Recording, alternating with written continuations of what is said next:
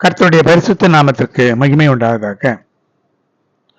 இடுக்கத்தின் அப்பமும் தண்ணீரும் என்ற தலைப்பில் ஒரு செய்தியை தியானிக்கப் போகிறோம். இந்த செய்தியில மறைந்திருக்கிறதான சத்தியங்களை, தேவ ரகசியங்களை கர்த்தர் நமக்கு வெளிப்படுத்தி கொடுக்க முடியாத ஜெபிக்கலாம். அன்பின் தெய்வமே, கர்த்தாவே, நன்றியோடு ஸ்தோத்திரிக்கிறேன். இடுக்கத்தின் அப்பமும் இடுக்கத்தின் தண்ணீரும் என்ற இந்த தலைப்பில் இருக்கிறதான இந்த செய்தியை எங்களுக்கு வெளிப்படுத்தி கொடுத்தபடினாலே நன்றியோடு ஸ்தோத்திரிக்கிறேன். இதிலே மறைந்திருக்கிற ரகசியங்களை எங்களுக்கு வெளிப்படுத்தி கொடுக்கிற கிருபைக்காக ஸ்தோத்திரிக்கிறேன். இந்த இடுக்கத்தின் அப்பமும் தண்ணீரும் சிறைப்பட்டு போனவர்களுக்கு பழைய ஏற்பாட்டு காலத்திலே கொடுக்கப்பட்டது. இப்பொழுது புதிய ஏற்பாட்டு காலத்திலும் இடுக்கத்தின் அப்பமும் தண்ணீரும் ஆந்தி கிறிஸ்துவின் ஆட்சி காலத்திலே கொடுக்கப்பட போகிறது என்பதை நாங்கள் வேதத்தின் வெளிச்சத்தில் அறிந்து கொள்கிறோம். அதிலே இருந்து நாங்கள் தப்பித்துக் கொள்ள ஆவியானவர் எங்களை வழிநடத்தும். அதற்கு முன்னதாக நம்முடைய வருகையிலே நாங்கள் காணப்படும்படியாக உதவி செய்யும். இந்த செய்தியை கேட்கிற ஒருவரு கூட இந்த இடுக்கத்தின் அப்பமும் இடுக்கத்தின் தண்ணீரும் அவர்கள் புசிக்கவும் குடிக்கவும் கூடாதபடிக்கு மீட்டுக்கொள்ளும். நம்முடைய மேன்மையான நாமத்தை மகிமைப்படுத்திக் கொள்ளும். இயேசுவின் இன்ப நாமத்தில் வேண்டுகிறேன், ஜீவனுள்ள நல்ல பிதாவே, ஆமென். கர்த்தருடைய பரிசுத்த நாமத்திற்கு மகிமை உண்டாவதாக. இடுக்கம் என்று சொல்வது துன்பம், ஒரு துயரம், ஒரு நெருக்கமான ஒரு வழி, நெருக்கமான ஒரு அனுபவம். அப்படிப்பட்ட அந்த ஒரு நிலையில இதை இந்த இடுக்கத்தின் அப்பமும் தண்ணீரும் வழங்கக்கூடியதான இந்த ஒரு சூழ்நிலையை ராஜாக்களின் காலத்தில் இருந்ததை நாம் வேதத்தின் வெளிச்சத்தில் அறிந்து கொள்ளலாம். ராஜாக்கள் காலத்திலே ஒரு ராஜா இன்னொரு ராஜாவின் மேலே படையெடுத்து செல்லும் பொழுது அவனை உயிரோடு பிடித்தால் அவனை சிறைப்பிடித்து கொண்டு வந்து அவன் உயிர் வாழ்வதற்கு மட்டும் அவனுக்கு தேவையான உணவையும் தண்ணீரையும் கொஞ்சமாக கொடுப்பான். அது ஒரு வேதனையான ஒரு அனுபவம். அது எப்படி இருந்ததோ அதுபோல அந்தி கிறிஸ்துவனுடைய ஆட்சி காலத்தில் அந்தி கிறிஸ்துவை வணங்க வேண்டும், அவன் நிறுத்தின சிலையை பணிந்து கொள்ள வேண்டும் என்று கைவிடப்பட்ட மக்களுக்கு அந்தி கிறிஸ்து கட்டளை கொடுப்பார். அப்படி வணங்காதவர்களுக்கு இந்த அப்பமும் தண்ணீரும் கூட கிடையாது. அப்படி வணங்குகிறவர்களுக்கு அதை எடை போட்டு நிறுத்தி கொடுப்பான் என்பதை வெளிப்படுத்தின விசேஷத்தில் நாம் பார்க்கிறோம். அவன் கையில் தராசு இருக்கும், கருப்பு குதிரை, கருப்பு என்பது பஞ்சத்தை, கொடுமையை காட்டக்கூடிய ஒரு அடையாளம். அது ஒரு சிறை இருப்பு. ஆந்தி கிறிஸ்துவனுடைய ஆட்சி என்பது ஒரு சிறை இருப்பு தான். அது இப்படி இந்த சிறை இருப்புகள் எப்படி முதலிலே தோன்றியது என்பதை பார்க்கும் பொழுது 1 ராஜாக்கள் 22ஆம் அதிகாரம் 3ஆம் வசனத்தில் பார்க்கும் பொழுது, இஸ்ரவேலின் ராஜா தன்னுடைய சபையிலே இருக்கும் பொழுது யூதாவின் ராஜாவாகிய யோசபாத் அவனை காண வருகிறான். அப்படி காண வரும் பொழுது இஸ்ரவேலின் ராஜா யோசபாத்தை நோக்கி, கீலேயாத்தில் இருக்கிற ராமோத் நம்முடையதானே, அதை இன்னும் நாம் மீட்டு கொள்ளவில்லையே, என்னோடு கூட யுத்தம் பண்ண வருகிறீரா என்று அவனை கேட்கும் பொழுது அவன் வருகிறேன் என்று சொல்றான். அது மட்டுமல்ல, கர்த்தருடைய வார்த்தையை விசாரித்து அறிய வேண்டும். ஏனென்றால் யோசபாத் கர்த்தரை விசுவாசிக்கிற, கர்த்தருடைய வழியில் நடக்கிறவன். ஆனால் இஸ்ரவேலின் ராஜா அப்படி அல்ல. கர்த்தருக்கு விரோதமாக கிரியை செய்து அங்கே இருக்கிறதான பாகாலின் தீர்க்கதரிசிகளை வைத்து கொண்டு அந்த தீர்க்கதரிசிகள் சொல்லுகிறதை கேட்டுக்கொண்டு நடக்கிறவனாக இருந்தான். அப்படி இருக்கின்ற பொழுது 400 தீர்க்கதரிசிகளை கூட்டி வர செய்து யுத்தம் பண்ண போகலாமா வேண்டாமா என்று சொல்லும் பொழுது போகலாம் உங்கள் கையிலே ஒப்பு கொடுப்பார் என்று அவர்கள் சொன்னார்கள். அப்போது யோசபாத், நாம் விசாரித்து அறிகிறதற்கு இவர்கள் அல்லாமல் கர்த்தருடைய தீர்க்கதரிசிகள் வேறு யாரும் இங்கே இல்லையா என்று கேட்கும் பொழுது, ஒருவன் இருக்கிறான், ஆனால் அவன் எனக்கு விரோதமாகவே சொல்லுவான் என்று சொல்லி இந்த மிகாயா என்கிறதான தீர்க்கதரிசி பற்றி சொல்லுகிறான். அவனை அழைத்து வரும்படி சொன்ன பொழுது அவன் முதலில் சொல்லுகிறான், போ உனக்கு வாய்க்கும் என்று சொல்லுகிறான். அப்பொழுது ஆகாப், ராஜாவாகிய ஆகாப் சொல்லுகிறான், எனக்கு தீமையாகவே நீ தீர்க்க தரிசனம் சொல்லுகிறவன் என்று நான் அறிந்திருக்கிறேன், சரியான தீர்க்க தரிசனத்தை நீ சொல்ல வேண்டும் என்று சொன்ன பொழுது அப்பொழுது சொல்லுகிறான், கர்த்தர் ஆகாப் போய் கீலேயாத்திலே இருக்கிற ராமோத்திலே விழும்படிக்கு அவனுக்கு போதனை செய்கிறவன் யார் என்று கர்த்தர் கேட்டாராம். அப்பொழுது ஒருவன் இப்படியும் அப்படியும் சொல்ல பொழுது ஒரு ஆவி வந்து நின்றுதான். நான் போய் பொய்யின் ஆவி அந்த தீர்க்கதரிசிகளின் வாயிலே செய்து சொல்லி அவன் போய் ராமத்திலே விழும்படியாக செய்வேன் என்று சொன்ன பொழுது போய் செய் என்று சொல்லி கர்த்தர் அவனுக்கு அந்த ஆவிக்கு, பொய்யின் ஆவிக்கு அனுமதியும் கொடுக்கிறார். இதை சொன்னதும் சிதேக்கியா என்கிறதான ஒரு தீர்க்கதரிசி மிகாயா தீர்க்கதரிசியை கன்னத்தில் அடித்து, கர்த்தருடைய ஆவி எந்த வழியாக என்னை விட்டு உன்னோடு பேசும்படி வந்தது என்று சொல்லி அவன் நிந்திக்கிறான். இதெல்லாம் நமக்கு வேதத்தில் இருந்து தெரியும். இப்பொழுது ராஜா சொல்லுகிறான், இவனை சிறைச்சாலையில் வைத்து நான் சமாதானத்தோடு வருமளவும் இவனுக்கு இடுக்கத்தின் அப்பத்தையும் இடுக்கத்தின் தண்ணீரையும் சாப்பிட கொடுங்கள் என்று ராஜா சொன்னதாக சொல்லுகிறார். இதுதான் நம்முடைய செய்தியினுடைய சாராம்சம். ஏன் அவனை அப்படி சொல்லுகிறான் என்று சொன்னால், அவன் யுத்தத்துக்கு புறப்பட போகிறான். அவனை தண்டிக்க இப்பொழுது வழி இல்லை, நேரம் இல்லை. வந்து நான் வெற்றியோடு திரும்பி வந்து சமாதானத்தோடு வரும்பொழுது இவனை நான் தண்டிப்பேன். அதுவரை இவனுக்கு இடுக்கத்தின் அப்பத்தையும் இடுக்கத்தின் தண்ணீரையும் கொடுத்து இவனை உயிரோடு வைத்திருங்கள் என்று சொல்லுகிறான். அப்பொழுது கூட மிகாயா சொல்லுகிறான், நீ அப்படி ஒரு வேளை வந்தால், சமாதானத்தோடு நீ திரும்பி வந்தால், கர்த்தர் என்னை கொண்டு இந்த வார்த்தைகளை சொல்லவில்லை என்பதை நீ அறிந்து கொள் என்று சொல்கிறான். அவன் சொன்னது போலயே அவன் அந்த ராஜாவாகி ஆகாப் செத்து போகிறான். ஆகாபை கர்த்தர் என் தண்டிக்கிறார் என்று சொன்னால், அவன் விக்கிரக ஆராதனை செய்து தேசத்தில் விக்கிரகங்களை கொண்டு வந்து நாபோத் என்கிறதான ஒரு சாமானிய ஒரு மனிதனுடைய திராட்சை தோட்டத்துக்காக அவனை கொலை செய்து இந்த இரத்த பழிகளெல்லாம் நீக்கும்படியாகத்தான் இப்படி செய்கிறார். இந்த உண்மையை சொன்னதற்காக இவனை இப்படி இடுக்கத்தின் அப்பத்தையும் இடுக்கத்தின் தண்ணீரையும் சாப்பிட கொடுங்கள் என்று ராஜா சொல்கிறான். இந்த துன்பத்தின் அப்பம், துன்பத்தின் தண்ணீர் என்று சொன்னால், கடுமையான அல்லது கொடுமையான ஒரு சிறைச்சாலையிலே இருக்கிற மனிதர்களுக்கு அந்த காலத்திலே கொடுத்ததான ஒன்று. அவர்களால் விழாவக்கூட முடியாத அளவுக்கு சிறிதான ஒரு அறை, அதிலிருந்து வெளியே வர முடியாது. அந்த சின்ன அறையிலே அவர்களுக்கு தண்ணீரும் அப்பமும் அவர்கள் உயிர் வாழ்வதற்கு தேவையான அளவுக்கு மிக குறைவாக கொடுப்பார்கள். இந்த சிறையிருப்பு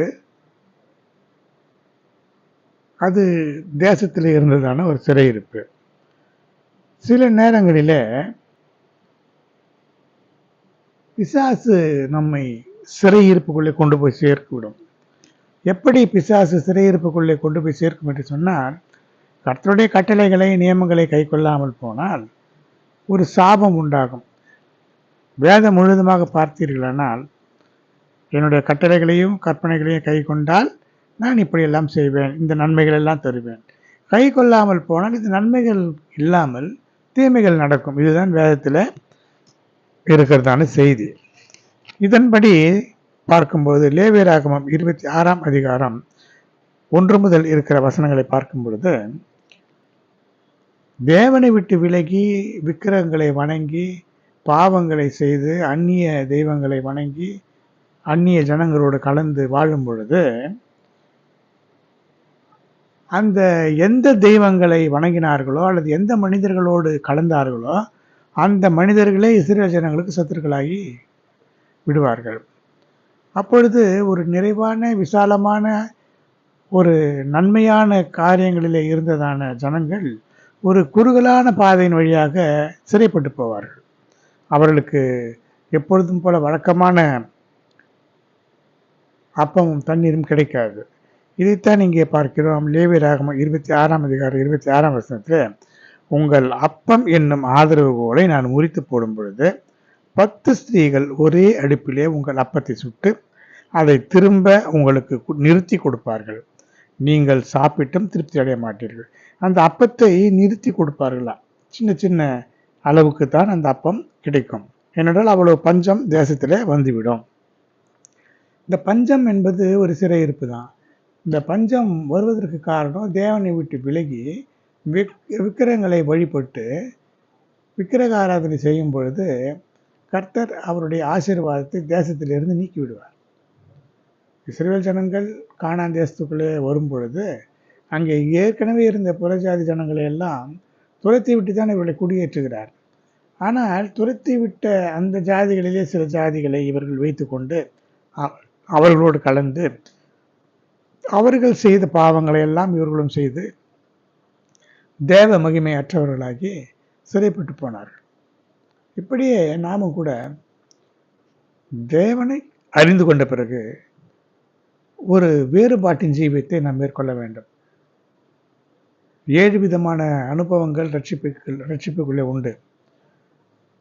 பாவத்தை உணர்ந்து பாவ மன்னிப்பை அடைந்து ரட்சிப்பின் அனுபவத்தை அடைய வேண்டும் என்று சொன்னால் ஞானஸ்நான அனுபவம், பரிசுத்த ஆவியுடைய அபிஷேகம், தெய்வீக சுகம், வேறுபாட்டின் ஜீவியம், பூரணப்படுதல், இப்படி பல படிகள் உண்டு. அதிலே ஒன்று முக்கியமானது வேறுபாட்டின் ஜீவியம். மற்றவர்களைப் போல மற்றவர்களோடு கலந்து மற்றவர்களைப் போல வாழ்வது அது ஒரு பரிசுத்தமான ஜீவியம் இல்லை. நம்முடைய செயல், வார்த்தை, பார்வை ஒவ்வொன்றும், நம்முடைய ஒவ்வொரு செயல்களும் நம்முடைய சரீரத்தின் அவயவங்களால் தேவனை மகிமைப்படுத்துகிறவர்களாக இருக்க வேண்டும். இல்லை என்றால் உலகத்து மக்களுக்கும் நமக்கும் வேறுபாடு கிடையாது. உலகத்து மக்கள் எல்லா விதமான நல்ல காரியங்கள், தீய காரியங்கள் எல்லாவற்றிலும் இருந்து கொண்டு அவர்கள் உலகத்தோடு அழிந்து போகிற ஜனங்கள். நாம் அப்படி அல்ல. நாம் ஒரு வேறுபட்டு வாழும்பொழுது தான் நாம் தேவனை பிரதிபலிக்கிறவர்களாக, நன்மை செய்கிறவர்களாக, பரிசுத்தம் உள்ளவர்களாக, தேவனுடைய சித்தம் செய்கிறவர்களாக, விசுவாசம் உள்ளவர்களாக, விசுவாசம், அன்பு, பரிசுத்தம், தேவ சித்தம், இந்த 4 பூரணங்களிலும் வளர வேண்டும். அப்பொழுதுதான் நாம் பரலோகத்துக்கு எடுத்துக்கொள்ளப்பட முடியும்.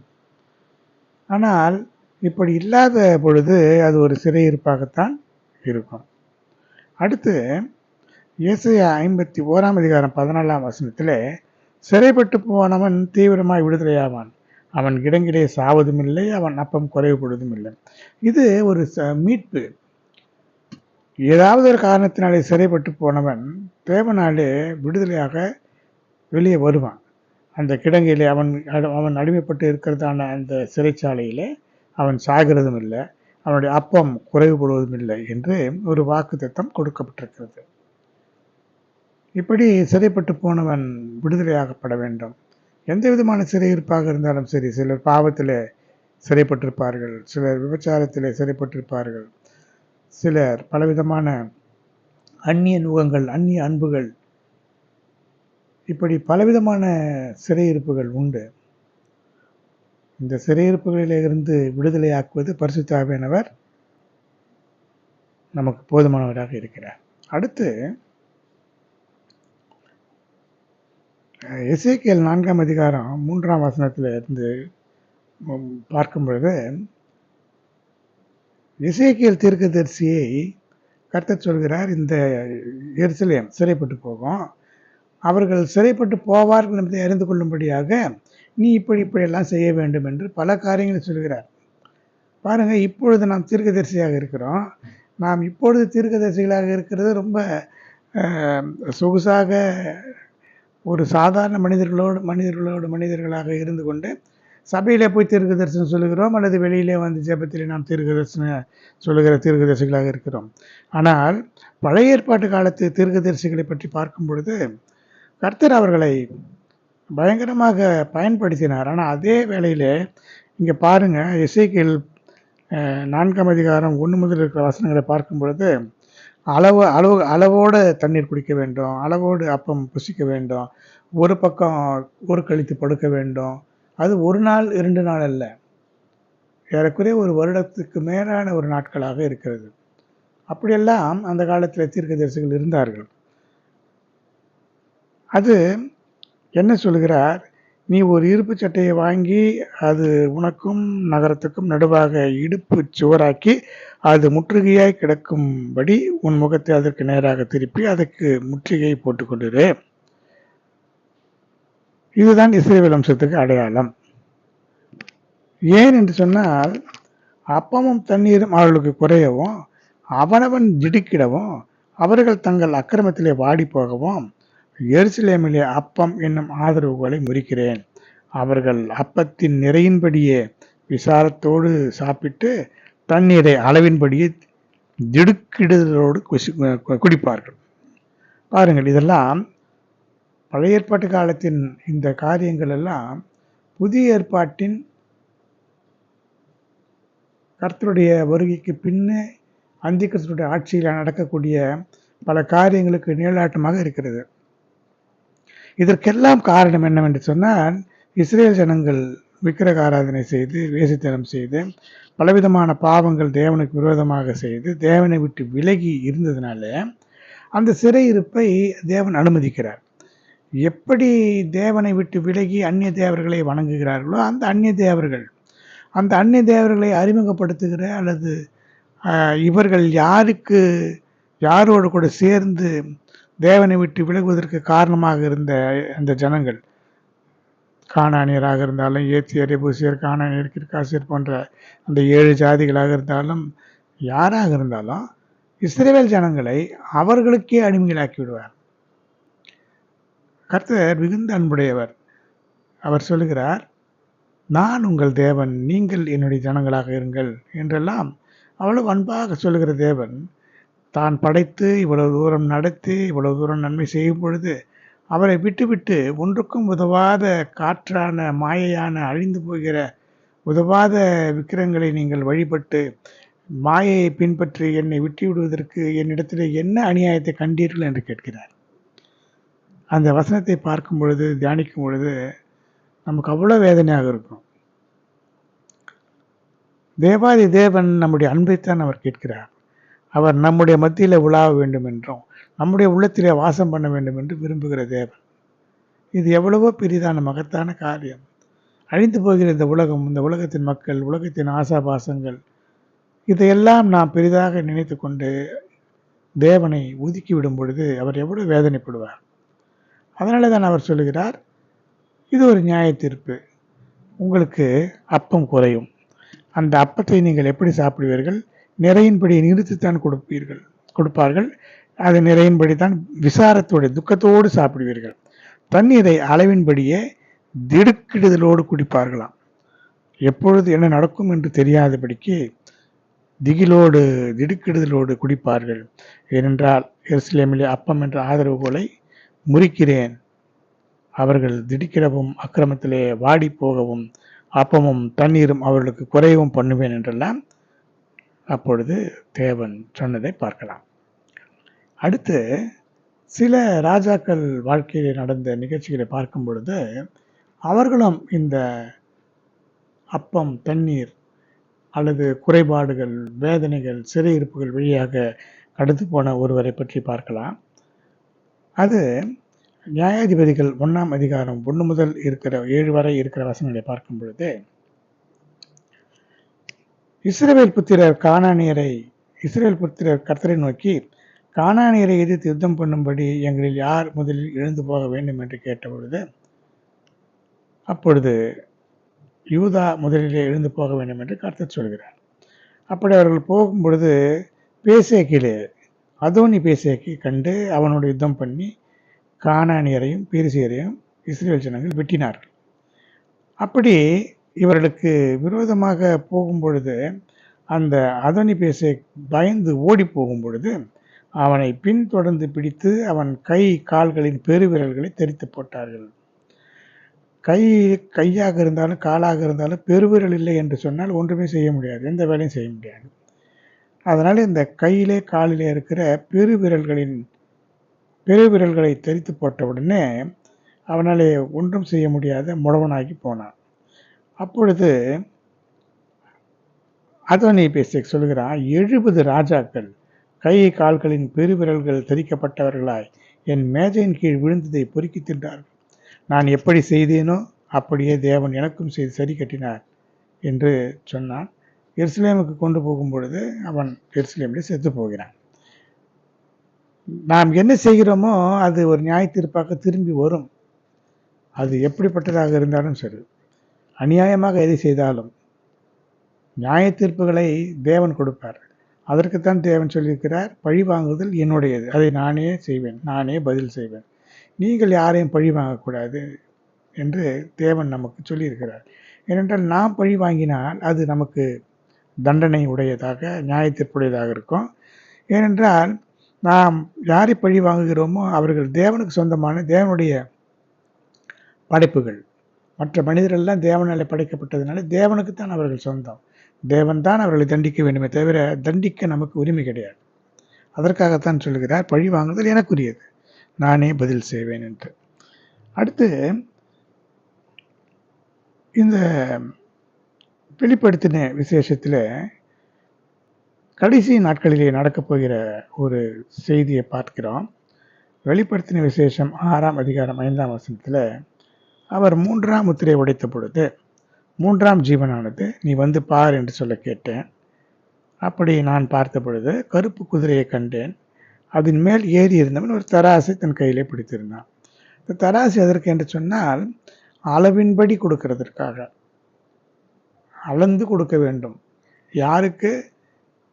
அந்த அந்தி கிறிஸ்தனுடைய சிலையை வணங்குகிறவர்களுக்கு மாத்திரம்தான் அந்த உணவே கிடைக்கும். அது கூட முழுமையாக கிடைக்காது.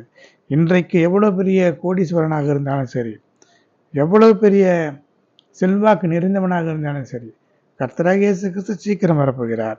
அவருக்காக ஆவலோடு காத்து கொண்டிருக்கிறவர்களை அவர் அழைத்து கொண்டு போவார். ஆனால் கைவிடப்பட்ட சபை, கைவிடப்பட்ட மனிதர்கள் இங்கே இருக்கும் பொழுது அந்தி கிறிஸ்து வந்து அவர்களை ஆட்சி செய்வான். அது ஒரு பெரிய சிறையிருப்பு, இருக்கிற சிறையிருப்புகளிலேயே பெரிய சிறையிருப்பு. அதிலே அந்தி கிறிஸ்துவை வணங்கவும், அவன் நிறுத்தின அந்த சிலையை வணங்கவும், அந்தி கிறிஸ்துவனுடைய முத்திரையை தெரித்து கொள்ளவும் சம்மதிக்கிறவர்களுக்கு மாத்திரம்தான் இந்த உணவு. அது எப்படி? அவர்கள் உயிரோடு இருக்கிறதற்காக நிறுத்தி கொடுப்பான். ஏன் அப்படி செய்கிறான் என்று சொன்னால், இந்த உலகத்திலே கடுமையான பஞ்சம் வந்துவிடும். உலகம் நான் பரலோகத்துக்கு எடுத்துக்கொள்ளப்பட்ட பிறகு இந்த உலகத்திலே, பூமியிலே பலவிதமான நியாய தீர்ப்புகள் இந்த உலகத்திற்கு உண்டு. மரங்கள் விந்து போகும், புல்லெல்லாம் எரிந்து போகும், தண்ணீர் எல்லாம் இரத்தமாக மாறும், எல்லா மிருக ஜீவன்களிலே 1/4 பங்கு செத்து போகும், நீர்நிலையிலே இருக்கிற அந்த மீன்கள் போன்ற அவைகளெல்லாம் கூட அழிந்து போகும், சாப்பிடுவதற்கு உணவு கிடையாது, மழை என்பது எல்லாம் இல்லாமல் போகும், ஆகார விளைவு என்பது இல்லாமல் போகும். இப்படி இருக்கும் பொழுது இருக்கிறதை பத்திரமாக கொஞ்ச நாள் வைத்து கொண்டு இருக்க வேண்டும். ஏனென்றால் 7 வருடம் இந்த அந்தி கிறிஸ்துவினுடைய ஆட்சி இருக்கும். அதனால தான் ஒரு வசனம் சொல்லப்பட்டிருக்கிறது, வெளிப்படுத்தின விசேஷம் 6ஆம் அதிகாரம் 6ஆம் வசனம், 1 பணத்துக்கு 1 படி கோதுமை, 1 பணத்துக்கு 3 படி வார் கோதுமை, எண்ணெயையும் திராட்சை ரசத்தையும் சேதப்படுத்தாது என்று ஒரு சத்தத்தை அந்த 4 ஜீவன்கள் மத்தியிலிருந்து யோவான் அப்போஸ்தலன் கேட்கிறார். இதற்கு காரணம் என்ன என்று சொன்னால், ஏற்கனவே லேவியராகமம் 26ஆம் அதிகாரம் 1ஆம் வசனத்தில் சொல்லப்பட்டதை நாம் தியானித்தோம். நீங்கள் உங்கள் விக்கிரகங்களையும் சுரூபங்களையும் உண்டாக்காமல், நீங்கள் உங்களுக்கு விக்கிரகங்களையும் சுரூபங்களையும் உண்டாக்காமலும், உங்களுக்கு சிலையை நிறுத்தாமலும், சித்திரம் தீர்ந்த கல்லை நமஸ்கரிக்கும் பொருட்டு உங்கள் தேசத்தில் வைக்காமலும் இருப்பீர்களாக, நான் உங்கள் தேவனாகிய கர்த்தர். ஆனால் அப்படி நீங்கள் செய்தால், விக்கிரகங்களை சுரூபங்களை உண்டாக்கி உங்களுக்கு சிலைகளை நிறுத்தி நமஸ்கரித்தால், என்ன நடக்கும்? அங்கே தேசத்தின் மீது பஞ்சத்தை அனுப்புவேன் என்று அந்த லேவியராகமம் 26ஆம் அதிகாரம் முழுவதுமாக அந்த செய்தியை நாம் பார்க்கலாம். அல்லது நீங்கள் என் கட்டளையின்படி நடந்து என் கற்பனைகளை கைக்கொண்டு அவைகளின்படி செய்தால் நான் ஏற்ற காலத்தில் உங்களுக்கு மழை பெய்ய பண்ணுவேன், பூமி தன் பலனையும் வெளியிலுள்ள மரங்கள் தங்கள் கனிகளையும் கொடுக்கும். ஆனால் இப்பொழுது அங்கே இருக்கிறது அந்தி கிறிஸ்து. அவன் பெரிதான ஒரு விக்கிரக ஆராதனையின் தலைவனாக இருக்கிறான். அவனை வணங்க வேண்டும் என்று வணங்கும் பொழுது அங்கே மழை பொழியாது, பூமி தன் பலனை கொடுக்காது, மரங்கள் கனியை கொடுக்காது. அதனாலே ஒரு பயங்கரமான ஒரு பஞ்சம் இருக்கும். இது மட்டுமல்லாமல் ஒரு ஆவிக்குரிய சிறையிருப்பு அங்கே இருக்கும். ஏற்கனவே சாமுவேலின் நாட்களிலே பார்க்கும்பொழுது 1 சாமுவேல் 3ஆம் அதிகாரம் 1ஆம் வசனத்திலே அந்த நாட்களிலே கர்த்தருடைய வசனம் அபூர்வமாக இருந்தது. பிரத்யட்சமான தரிசனம் இருந்ததில்லை.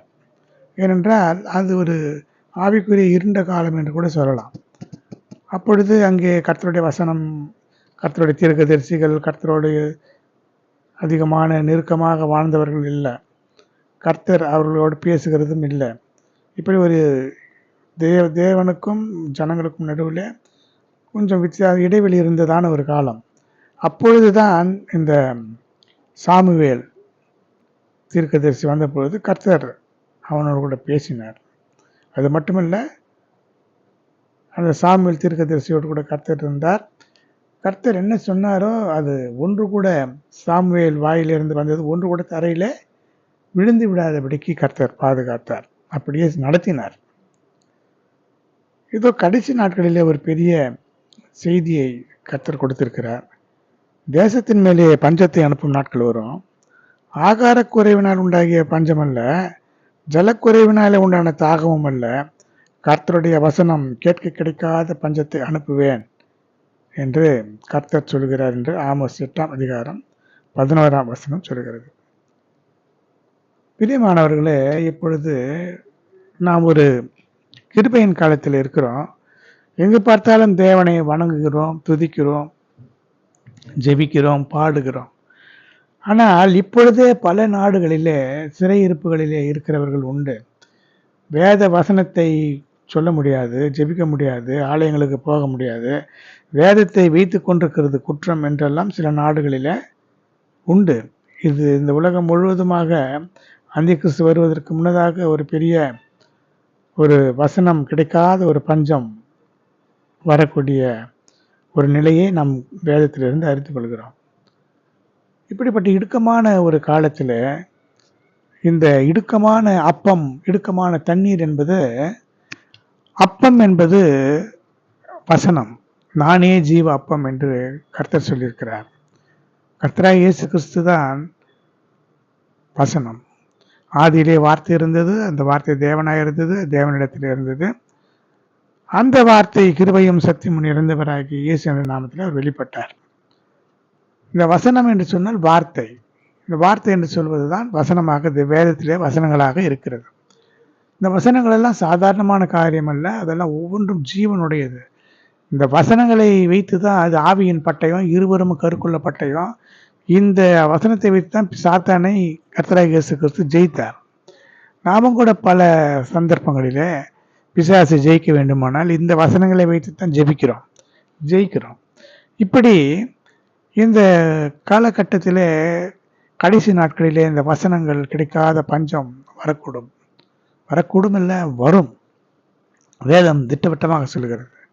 அதே போல தண்ணீர் என்பது பரிசுத்த ஆவியினுடைய அபிஷேகம்.